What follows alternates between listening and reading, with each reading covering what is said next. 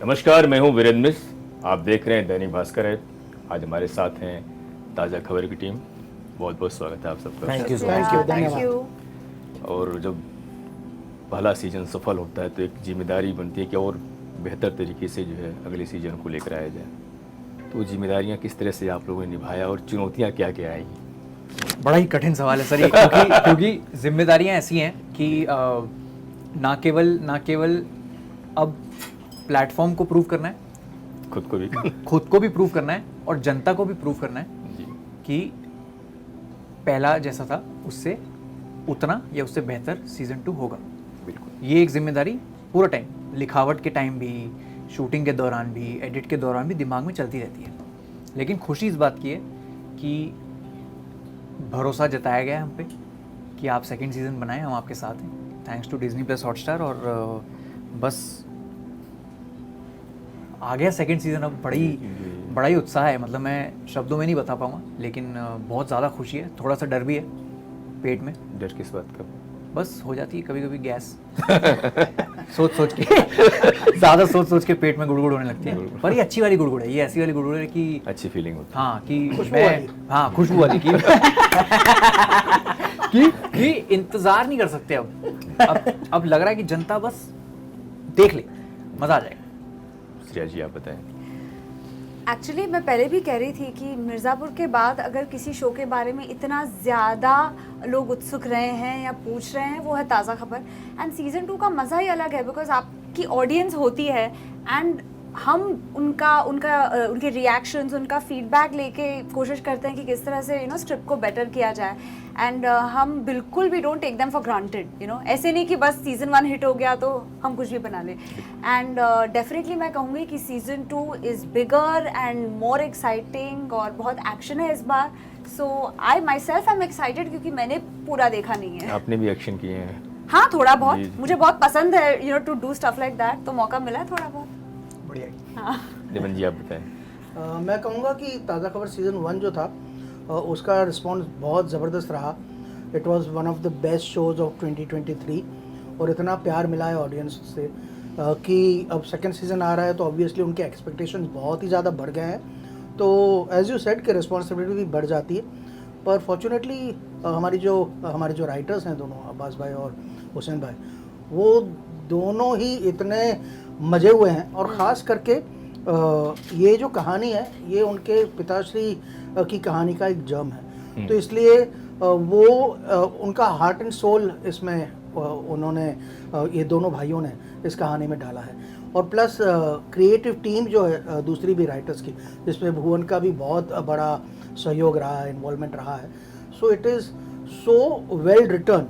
तो जब हमने पहली बार पढ़ा ये सेकंड सीज़न का स्क्रिप्ट तो मुझे लगा अरे वाह वाह, वरना उससे पहले जब तक नहीं पढ़ा था अब इतना बढ़ गया, पता नहीं क्या सेकंड सीज़न आएगा, स्क्रिप्ट कैसा होगा, आई होप कि। और पर वो पढ़ने के बाद मुझे लगा कि अब तो ये तो करेक्ट है। तो इस सीज़न में मेरा थोड़ा सा रोल बढ़ा है और मुझे ऐसा लगता है कि वो मैं कैसे कर रहा हूँ, कैसे दिख रहा है, क्योंकि वो क्राफ्ट वाइज ना बहुत इंटरेस्टिंगली लिखा गया था। तो अभी मुझे देखना है कि वो वैसे ही हुआ है ना, वो कैसा दिख रहा है, कैसा हो रहा है, किस जो सोचा था वही आउटपुट आया है क्या, तो वो चीज़ें मुझे देखना है। और एज अ एक्टर बोल के सीरीज़ में कैसे काम करना है, क्योंकि मेरी पहली सीरीज़ है, तो एज अ एक्टर बोल के और क्या कर सकते हैं। मतलब ताज़ा खबर 1 तो हो ही गई, लेकिन वही कंटिन्यू होके बढ़ गया कैरेक्टर, तो कैसे और इसको क्या एंगल दे के काम कर सकते हैं, ये भी मुझे देखना है। तो इस बात के लिए भी एक्साइटेड हूँ मैं।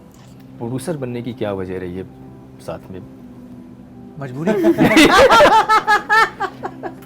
सर ये हाँ वो ही एक कीड़ा था कि बाहर की अपॉर्चुनिटीज़ के लिए वेट नहीं कर पा रहा था मैं।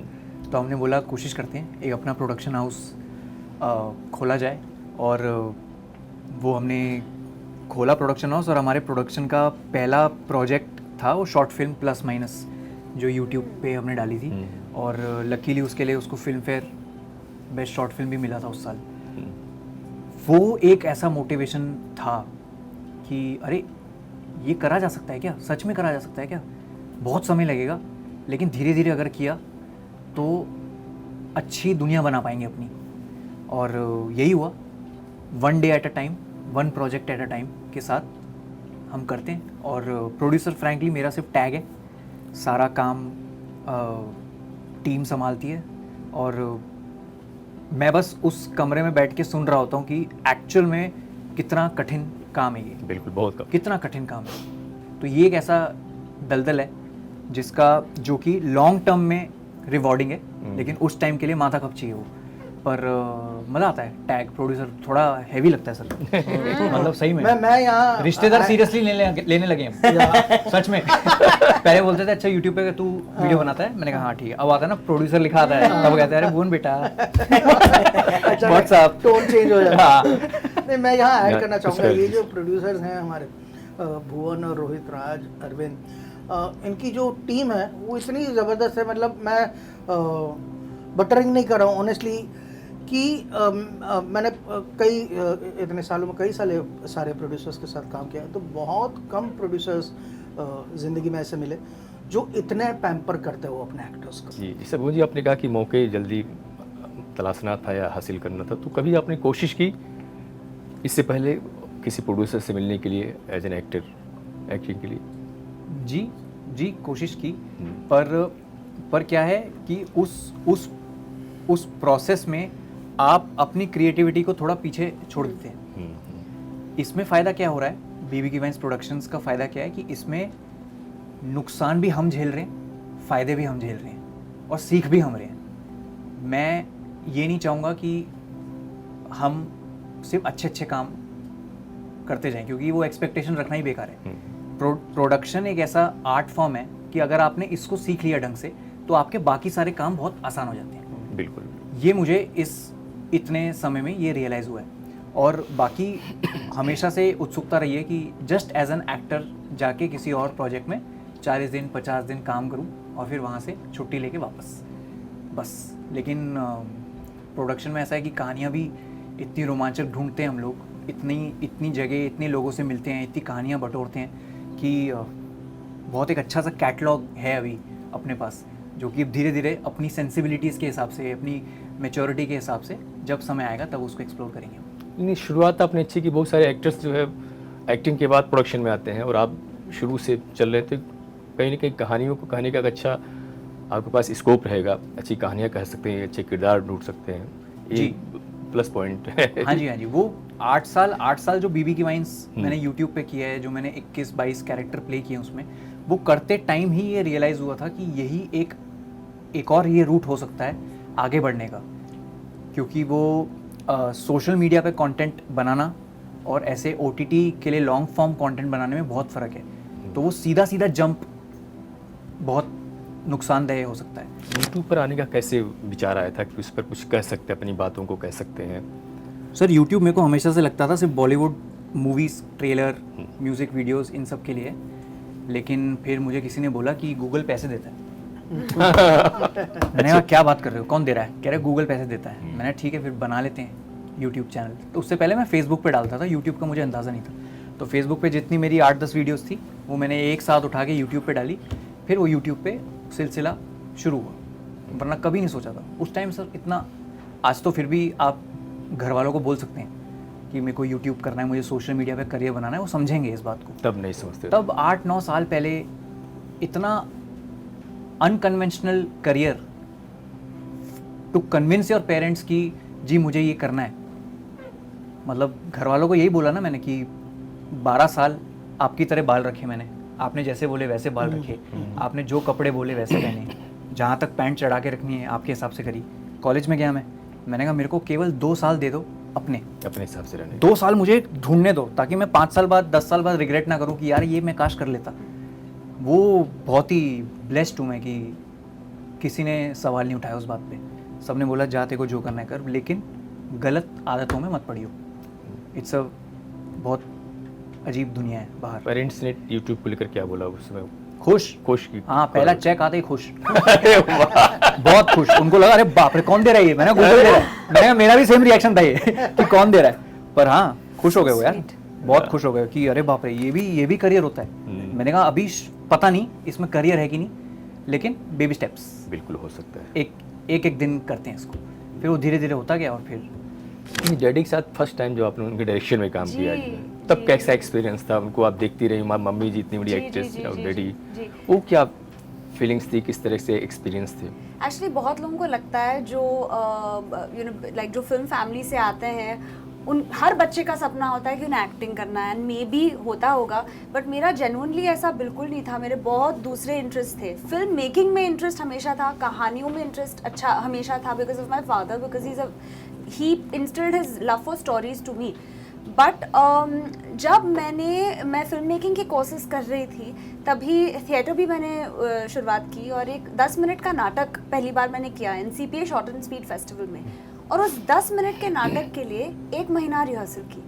उस 1 महीने में आई रियलाइज्ड कि ये सही लग रहा है, एंड पापा ने मेरा वो नाटक देखा एंड उन्होंने कहा कि ओके, मेरे पास एक कहानी मैं लिख ही रहा हूँ, मैं किसी और को लेने वाला था, पर हम कर लेते हैं।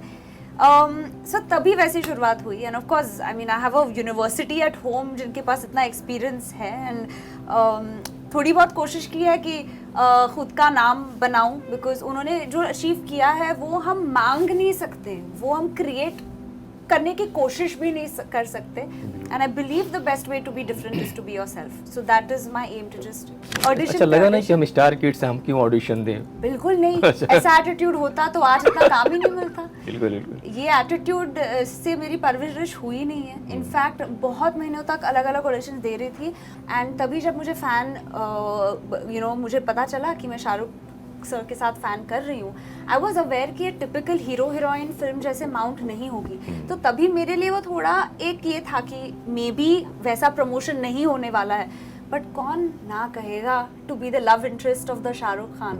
बट दिक्कत यही है कि उस फिल्म में वो मुझे प्यार दे रहे थे और मुझे उनको फ्रेंड जोन करना पड़ा तो मैं तभी भी उनसे मैंने कहा था कि so I am friend zoning you, I am feeling very bad about it. अभी मिर्जापुर सीरीज की बात चल रही थी, जो है जो जिस तरह के कंटेंट रहे हैं, उस तरह जब अप्रोच किया गया होगा आपको, तो क्या रिएक्शन रहे होंगे उस तरह के कंटेंट को लेकर? तभी तो एक्चुअली ज़्यादा कुछ वेब सीरीज़ की शुरुआत हो ही रही थी, एंड मिर्ज़ापुर की दुनिया बहुत यूनिक बनाई गई। उसके भी सेम थिंग लाइक विद ताज़ा खबर, कैरेक्टर्स किरदार बहुत अच्छे लिखे हुए हैं, एंड जब हम शूट कर रहे थे तो रिमोटली आइडिया नहीं था कि वो शो कल्ट है। आज भी इतने सालों के बाद भी लोग स्वीटी स्वीटी ही बुलाते हैं, और इनफैक्ट स्वीटी और मधु सबसे ज्यादा। सो कुछ शोज हैं जो लोगों को पसंद आएंगे और कुछ है जो बिल्कुल दिल के करीब होंगे। So for me in my career graph, Mirzapur and ताज़ा खबर आर दीज 2 projects.